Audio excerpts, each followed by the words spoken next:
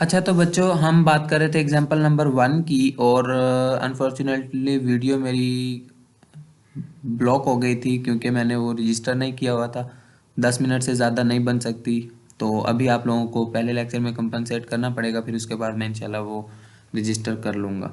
तो फिर कोई डिफ़िकल्टी नहीं आएगी, एक ही लेक्चर होगा आप लोगों के पास। ठीक है, अभी आप लोगों के पास 2 वीडियोज़ आएंगी।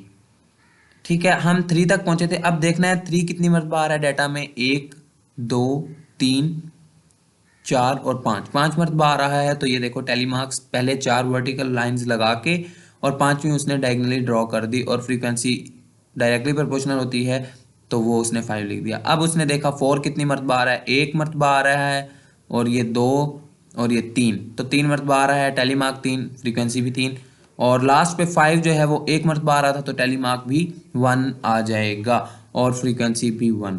ठीक है बच्चों, होप्स हो कि आप लोगों को एग्जाम्पल समझ आ गई होगी। जिन बच्चों को एग्जाम्पल में अभी कन्फ्यूजन है, जब हम अगला अब क्वेश्चन करेंगे 6.1 का पहला क्वेश्चन आप लोगों के शॉर्ट सिलेबस में मैंने देखा है शामिल है। और क्वेश्चन नंबर 3 हम बाद में करेंगे अगले लेक्चर में इंशाल्लाह। और क्वेश्चन नंबर 1 हम अभी करते हैं और जिन बच्चों को समझ नहीं आई वो समझ आ जाएगी उनको भी इंशाल्लाह। तो चलते हैं आप लोगों की एक्सरसाइज पर। और एक्सरसाइज आप लोगों की 6.1।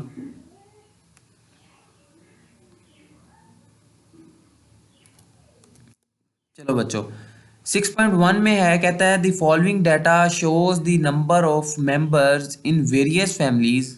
कहता है कि ये मेंबर्स का डाटा है वेरियस फैमिलीज, मुख्तलिफ फैमिलीज में। कंस्ट्रक्ट फ्रीक्वेंसी डिस्ट्रीब्यूशन, देखो वही फ्रीक्वेंसी डिस्ट्रीब्यूशन टेबल बनाना है। Also find cumulative frequencies.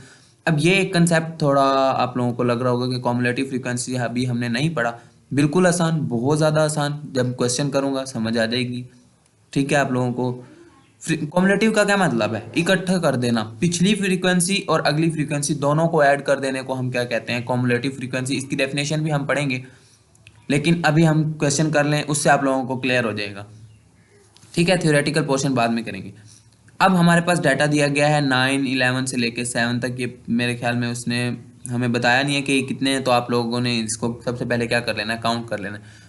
ठीक है, अब चलते हैं इसके सोल्यूशन की तरफ। और ये देखें, यही क्वेश्चन था आप लोगों के पास। ठीक है, तो क्या कहा था? नंबर ऑफ मेंबर्स, आप लोग इसको एक्स ले सकते हो, आप लोगों की मर्जी, जो मर्जी आप लोग ले सकते हो। ठीक है, फैमिली मेंबर्स कह दो। टेली मार्क्स वही वही का वही है, फ्रीक्वेंसी वही है जो हमने एग्जांपल में देखी। कॉमुलेटिव फ्रीक्वेंसी एक न्यू चीज़ है, वो मैं अभी आप लोगों को समझा देता हूँ।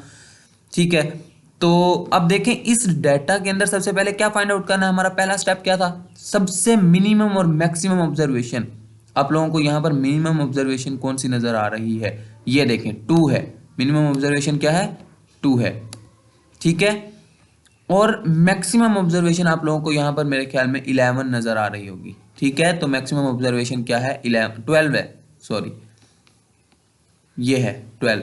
ठीक है, तो मिनिमम 2 है और मैक्सिमम 12 है। अब मिनिमम से मैक्सिमम की तरफ जाना होता था हमने, तो अब ऑब्जर्व करना है, रिकॉर्ड ऑब्जर्व करना है कि कौन सा नंबर कितनी मरतबा आ रहा है डाटा में। 2 एक ही मरतबा आ रहा था तो टेलीमार्क 1 मरतबा उसने लिख दिया और फ्रीक्वेंसी भी 1।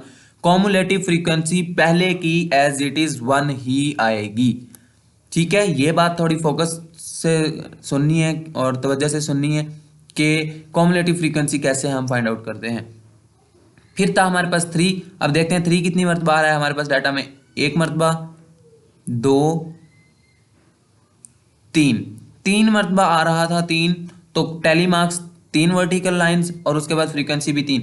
अब कॉमुलेटिव फ्रीक्वेंसी चेंज होगी और वो कैसे होगी? मैंने क्या कहा था? पहले वाली फ्रीक्वेंसी और दूसरे वाली फ्रीक्वेंसी दोनों को ऐड कर देने से हमारे पास क्या आ जाती है? Cumulative frequency. देखें, इससे पहले कोई फ्रीक्वेंसी नहीं थी, या आप लोग ये कह सकते हो कि 0 थी। 1 + 0 = 1 आ गई हमारे पास कॉमुलेटिव फ्रीक्वेंसी।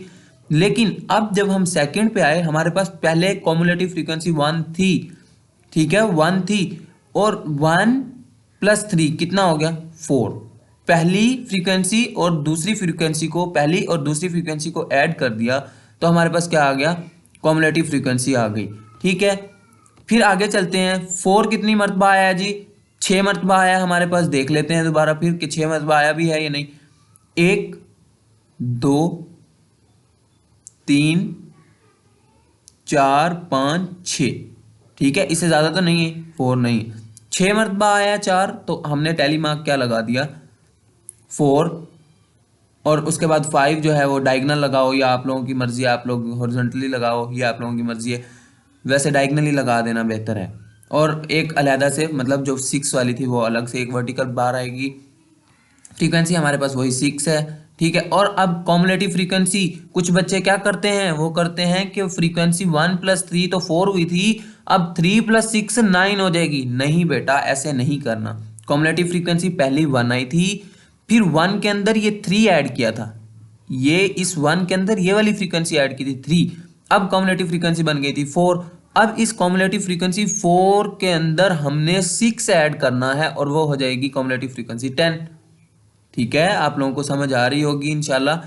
और उसके बाद जब 5 देखा तो 5 आ रहा है, 4 मरतबा आ रहा है वो, ठीक है, तो डाटा के अंदर उसकी फ्रीक्वेंसी 4 हो जाएगी, ठीक है। अब कॉमुलेटिव फ्रीक्वेंसी पहले थी 10 के अंदर ये वाली फ्रीक्वेंसी अब ऐड कर दी, तो वो हो गई 14। इसी तरह 6 को देखा, 7 8 9 10 11 12, ठीक है। और टोटल जो हमारे पास फ्रीक्वेंसी बनी है 39 बनी है, देखा। अब ये हमने खुद से फाइंड आउट किया, मतलब ये जितने भी नंबर्स थे आप लोग इसको काउंट कर लेना, ये 39 होंगे। ये वाले जो नंबर्स हैं जो हमें दिए गए हैं, ये 39 नंबर्स होंगे, क्योंकि हमारे पास टोटल फ्रीक्वेंसी कितनी आ रही है, 39 आ रही है। तो अच्छा, अब 10 थी, 14 पे पहुंचे थे हम कम्युनिटी में, तो 3, 14 + 3 17, 17 + 6 23, 23 + 5 28, 28 + 6 34, 32, 34 + 2 36, और इसी तरह से आप लोग फ्रीक्वेंसी, कम्युलेटिव फ्रीक्वेंसी की मदद से निकाल सकते हो। आज का लेक्चर यहीं पर एंड करते हैं, ठीक है। कुछ बच्चे बोर भी हो जाते हैं इतना लंबा लेक्चर लेते हुए, और हमने आज ये पहला मेथड देखा फ्रीक्वेंसी डिस्ट्रीब्यूशन टेबल का, और उसका एक एग्जांपल भी की, थ्योरी भी की, और एक पहला क्वेश्चन भी कर लिया।